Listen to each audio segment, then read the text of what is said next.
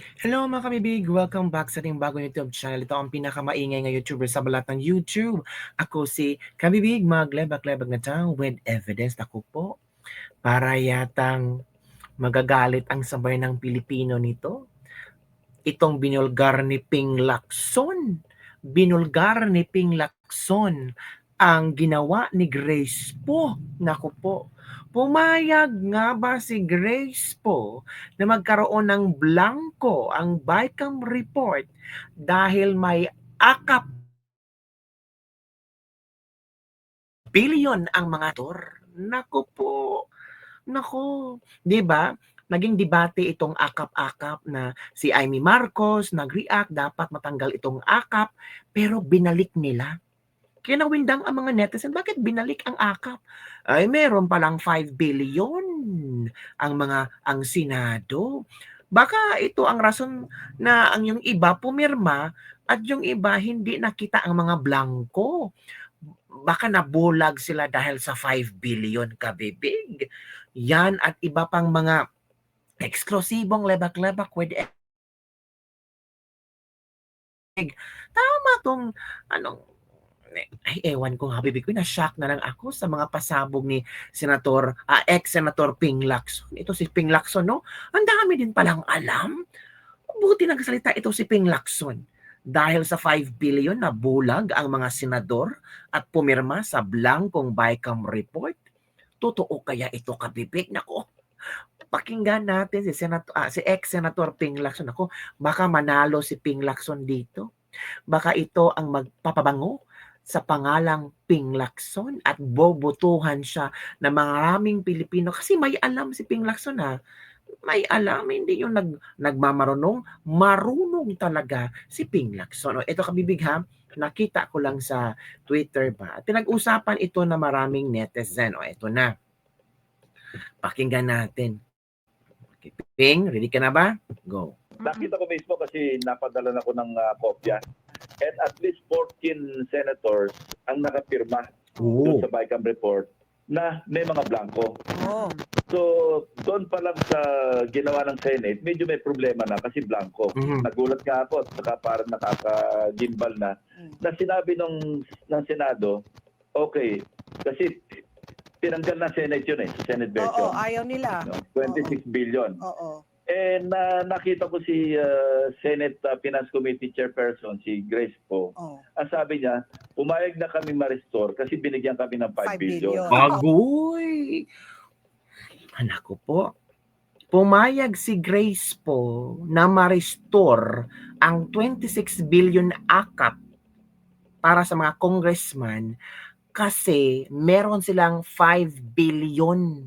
Naku po, kung meron silang 5 billion, parang nabulag sila sa mga blanco doon sa bicameral report. Ito kayang 5 billion na ito ang nagpapabulag ng mga senador? Again ha, repeat natin ha. Repeat natin yung binulgar ni ex-Senator Ping Lacson. Tinanggal na Senate yun Senate version. Oo, ayaw nila. 26 billion. Oo. And nakita ko si Senate Finance Committee Chairperson, si Grace po. Ang sabi niya, pumayag na kami ma-restore kasi binigyan kami ng 5 billion. Oo.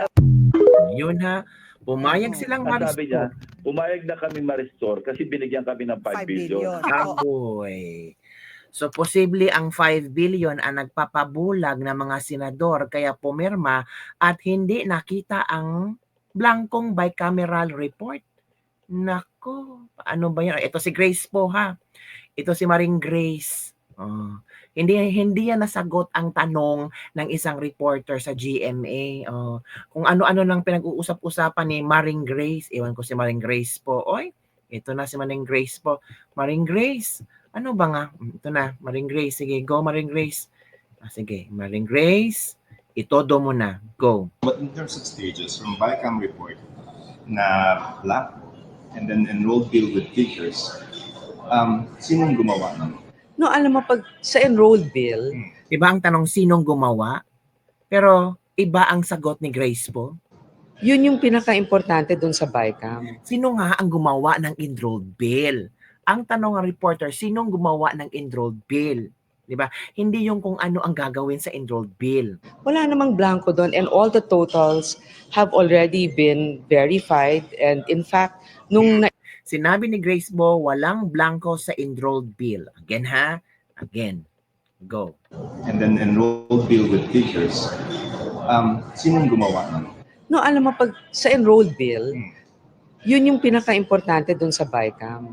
Wala namang blanco doon and all the totals have already been verified and in fact, nung na-enroll yon, wala namang blanco. Sa tama naman talaga yung sinabi din ni Senator Cheese kahapon, which should really be a reference. In fact, also the President has seen, wala naman kaming mga blanco doon sa na-enroll bill na.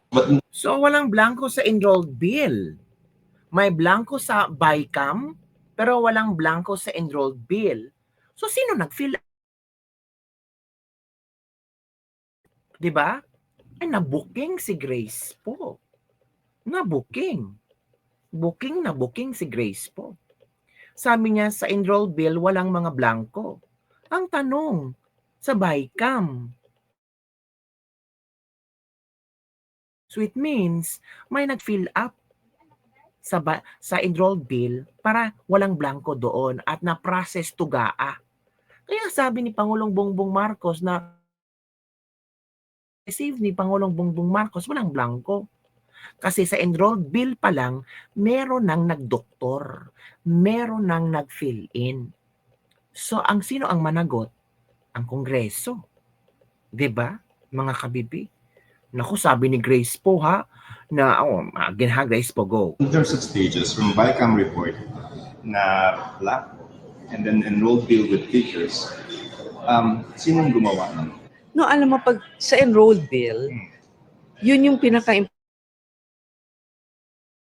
ko doon and all the totals have already been verified and in fact, nung na-enroll yon, wala namang blanco. Sa tama naman talaga. Walang blanco sa enrolled bill, sabi ni Grace po. Pero sa BICAM, may blanco. Nako, mga kabibig. Paano yan? Nako. Ay, nako.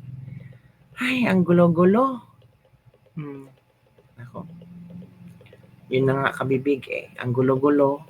Dinagdagan pa ng mga netizen ngayon na nagko-comment na ano nangyari sa Pilipinas. Ito si Ted Filon. Kung ano ang assessment ng Ted Filon sa 2025 budget. Ted Filon ha, alam din natin kung ano ang kanyang saloobin dito. Kung parehas ba si Ted Filon ng saloobin natin ngayon. Ito, Ted Filon, go. Ng Pilipinas. Ito ang Do you believe? Sa kasi pinaka-corrupt, mga kabibig. Do you believe ni Ted Filon? Tama ba ang sinabi ni Ted Filon na ito ang pinaka-corrupt, mga kabibig? Kahiya naman to. Ako, ang internet natin, ano nangyari sa ating internet? Oy, naku po, ang internet. sa kasaysayan po ng Philippines, ito po yung pinakakinatay na pambansang budget. Tama. Sa kasaysayan po ng Kongreso ng Pilipinas, ito ho mga kapatid, ang nagsayang ng napakaraming oras at panahon at pera ng bayan dahil yung NEP, yung pinanggagalingan ng lahat ng ito, Correct. National Expenditure Program, na pinaghihirapan po yan ng napakaraming taong gobyerno pagdating doon sa kanila, kunwari at approve ito, hindi ito, bawas dito, etc. Pagdating doon, yun na lamang small committee na yan na hindi mo alam na yung mga yan na hindi ang pinapangalanan. nagdesisyon para po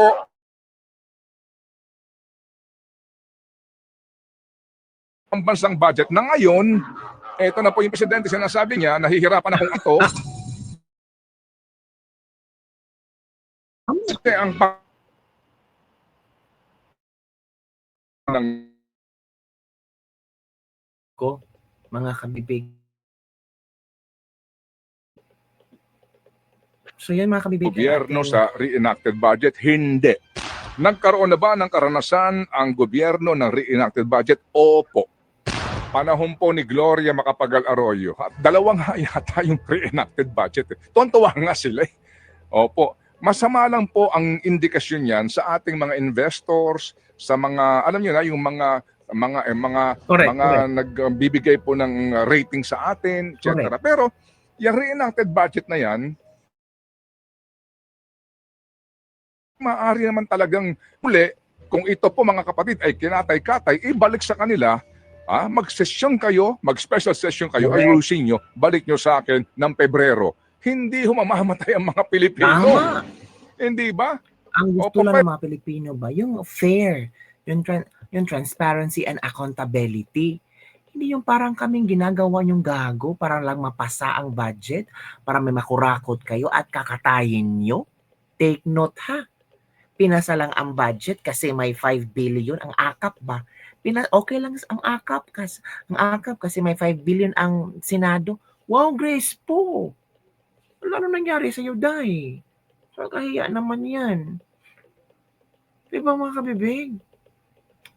Paano yan? So yun lang mga kabibig ang ating latest libak-libak for today. Ano ang iyong opinion tungkol dito? Nakaka-shocking, no? Baka itong 5 ang nag-push ng